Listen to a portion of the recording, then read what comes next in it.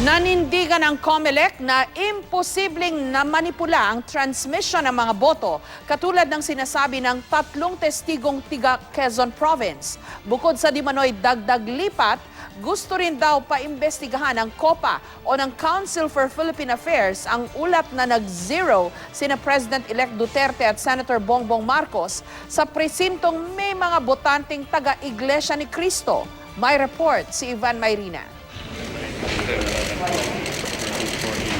Miyembro na Iglesia ni Cristo o INC at tatlong testigong taga Quezon Province sa lumutang para sabihing naging bahagi sila ng di umano'y manipulasyon ng boto para paboran sina Mar Rojas at Leni Robredo ng Liberal Party. Ani Boy Saicon ng Council for Philippine Affairs sa siyang tumutulong ngayon sa tatlo. Gusto rin nilang masilip ang mga ulat na natanggap daw ng INC na may mga presinto umano kung saan nag-zero sina President-elect Rodrigo Duterte at Senator Bongbong Marcos kahit pa may botante roon na taga-INC. Sina Duterte at Marcos ang inendorso ng INC. Maraming report din sa mga kapatiran na mga presintong zero ang count. Ang sagot ng iglesia, meron kaming mga 27, 35 voters in different precincts. Ba't zero? Matanong nga namin, ba't po kami zero? Doon sa aming piniling boto. Dahil meron silang sariling balota eh.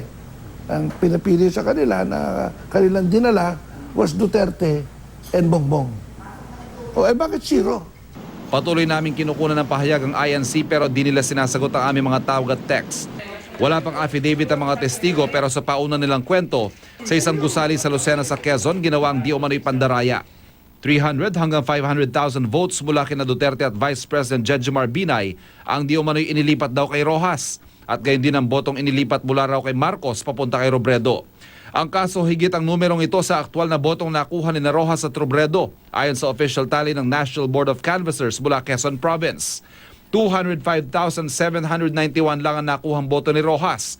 Si Robredo naman nakakuha ng 385,164 votes.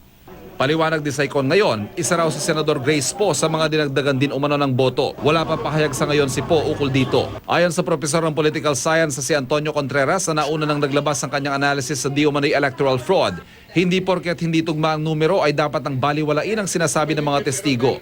Ang sinabi naman nila, hindi lang sila yung naandun sa building, merong pag ibang grupo na may ibang ginagawa. So bakit hindi natin explore ang possibility na baka ang trabaho lang nila is to manipulate and alter figures, and then meron pang quality control that is being done by a different group of people before ibabato sa server. Pero tingin ng Commissioner Rowena Guanzon ng COMELEC, tila imposible raw mangyari ang sinasabi ng mga testigo. 2 minutes lang yung opening ng transmission for that network to open, and then the machine transmits it and then it closes. Kailangan makatch mo yun within the 2 minutes. Kung may pinalitan ka, dagdag bawas. Super technology naman po yan. Sabi naman ng Smartmatic, may 30 hard copy ng election returns ang bawat presinto at hawak ito ng mga political party.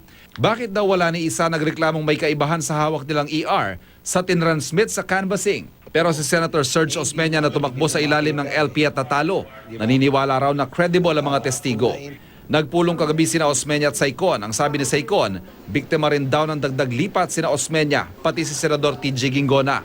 Natalo sina Osmeña at Ginggona sa senatorial race. Sinabi pero hindi dinemonstrate sa akin kung paano nakinabang. I'm not talking about Secretary Mar Rojas. He's just a party mate of Mar Rojas. Para kay Professor Contreras, dapat din daw bigyang pansin ang naitalang no votes para sa vice-presidente. Posible raw kasi bumoto talaga ang botante pero hindi lang binasa ng vote counting machine. Isang araw na magpipila sa mainit, tapos ang iboboto lang presidente. O hindi boboto, mag-abstain para ma-undervote. An undervote of 1% is okay. An undervote of 5% is already suspicious. An undervote of 10% is highly suspicious. Bukod sa umanay dagdag lipat at issue sa undervotes, may sinasabi rin si Saicon na insidente ng pre-shading sa Mindanao. Pinakita ni Saicon sa GMA News ang affidavit ng ilang botante sa Albarca, Basilan na nagsasabing pre-shaded ang mga balota nila.